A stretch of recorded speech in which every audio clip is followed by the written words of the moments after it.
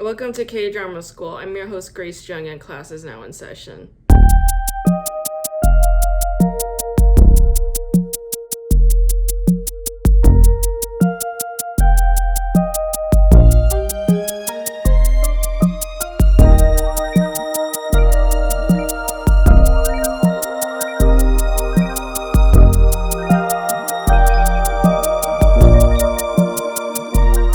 I'm going to be drinking this Hoplark sparkling water, see, because I don't drink booze anymore, so I'm going to be drinking hops in sparkling carbonated agua, see?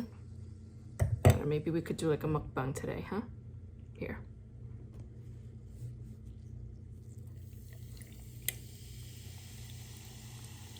This one has like a fruity, floral sort of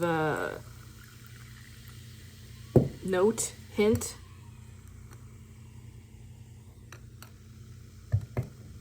I'm into it. I'm gonna mix it with this, the Izzy lemonade.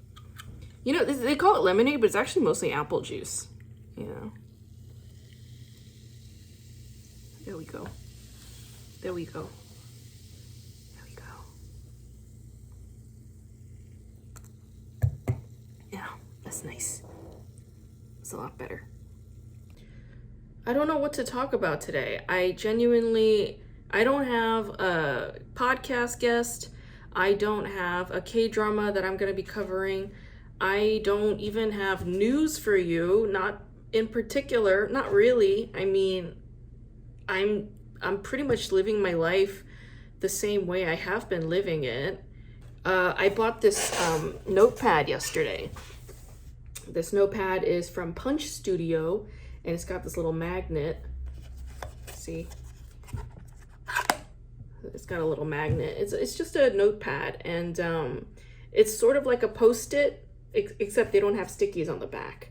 And when I was in college, a friend of mine in college, I don't remember her name, but she was this Italian American chick. Her father worked in like development. I don't know.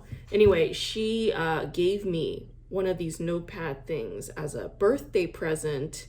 And I remember we were eating lunch at the Algonquin, and she and I were in the same creative writing class. We took a poetry creative writing class taught by Charles North. And yeah, she gifted this to me. And part of the reason why she gifted it to me is because I had defended her when people were bashing her poem. Yeah, so she wrote like very well. She's a very, very good writer. I remember that. And she would oftentimes write about like heartache stemming from love. I mean, a lot of people back then wrote about that kind of stuff. You know, when you're in your 20s, you're going to write about heartache and love. That's just like the cliche thing.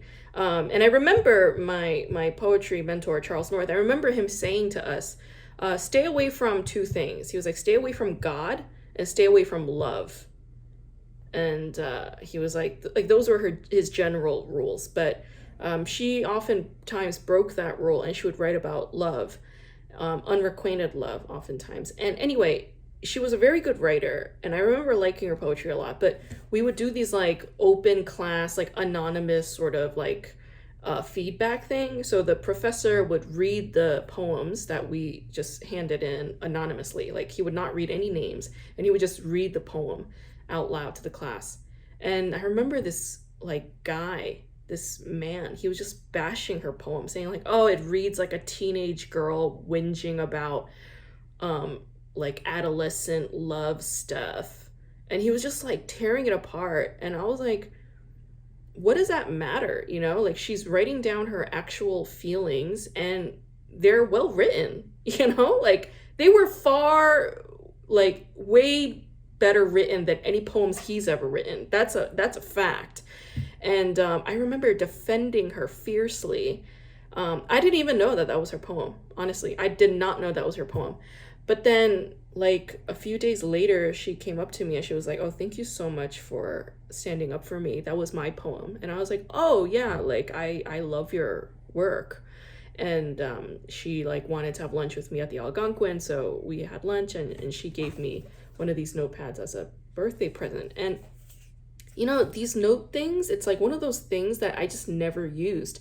She gave it to me when we were in college, so that's like a long ass time ago, like way over, it's like 13, 14 years ago we're talking.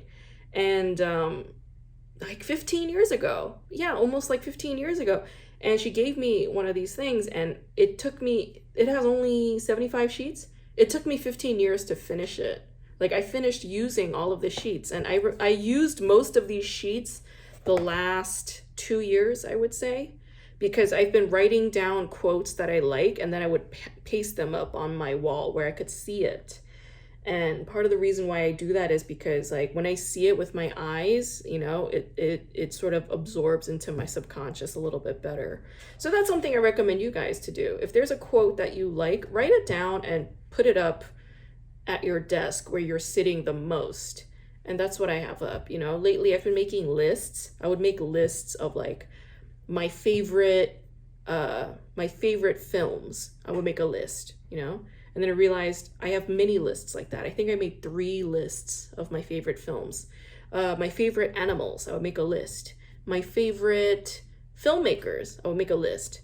And then I would make a list of figures in history that I just look up to. People whose careers that I admire and whose artistic sort of directions I admire, you know, like people like John Waters or Nicole Holofcener or Ali Wong or Miranda July, Jordan Peele, Henry Miller, Judd Apatow, whatever, you know, like these people, like I don't necessarily love all of their works, but I do love who they are as creative individuals, and I admire their sensibility and I admire their careers. So I make a list of that. And I think making these lists is important because it tells you who you are. Like, who are you right now in this moment, you know? You're just a bunch of lists, man. You're a bunch of lists of things that you notice. You're a bunch of lists of things that you think about. And, you know, if you're thinking about things you love, make a list of it. Put it up. Stick it up on a wall. Why not? Part of the challenge of writing this book, my K-drama school book, is trying not to bash academia too much. There isn't something inherently wrong with an institution that is dedicated to thought, and there isn't necessarily anything wrong with having discipline around scholarship, but there is something wrong with the machinery that academic institutions have become today, and I guess that is sort of what I am critiquing in my book. And it's like, what do I replace this with? You know, like whenever I'm taking something away, I need to fill it up with something. And, you know, I'm a little bit apprehensive about filling it up with these kinds of suggestions, like what I'm just telling you right now. Like, make a list of your favorite things and put it up on your wall. Like, because that sounds ridiculous. That sounds fucking stupid. And it sounds like completely irrelevant in some ways, like it doesn't matter. But, you know, ultimately nothing matters, right? Like that was just something I was just thinking, like while driving back from the beach today. I was like, man, nothing matters. Nothing matters. You know, I was like, I should write that down and put it up on my wall. Nothing matters. And the way that academics will literally break their bodies and their brains, you know, break relationships and produce a peer-reviewed paper in a publication, for what? You know, like nobody reads it. Ultimately, nobody reads it. And it doesn't really help humanity in any which way. It just, you know, feeds that individual's ego, and that individual doesn't even get paid for it. So anyway, like these are the issues that I'm having with, you know, right? Like these are the issues. So I'm saying, while none of it matters, let's pay attention to what actually does matter to me in this very moment, like in this present moment, what matters, you know? And then I'll just jot it down. I'll write it down as a list in my nice little notepad and I'll stick it up on my wall, you know? Like to me, that is more fulfilling than writing an academic paper with an argument and a bunch of stakes, which are all made up. They're not even real, you know? And then trying to appeal to other individuals who are invested in those same kinds of stakes, because like it has to be that way. It has to be that they all collectively are invested in the same stakes, and it's like I don't feel that way, you know. I don't feel invested in those stakes anymore. I don't feel like fighting in that way anymore.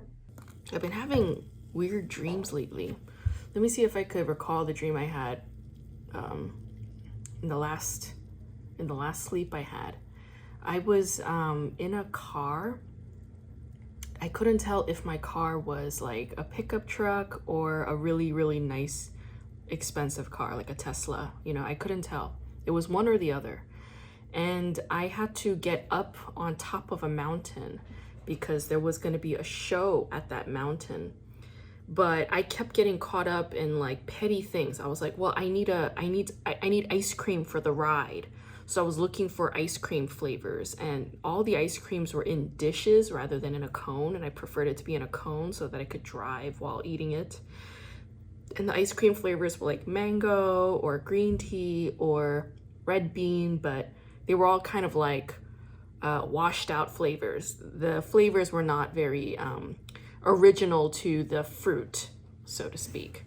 Anyway, I was deliberating over that, and then I was in some kind of green room, and there was like a mirror, and I was looking at the mirror, but some girl like picked it up and started leaving with it. So I was like, what the hell? That's not cool. So I grabbed a different mirror and I tried to hang it up, and that mirror had all these gold flakes like embedded in the mirror.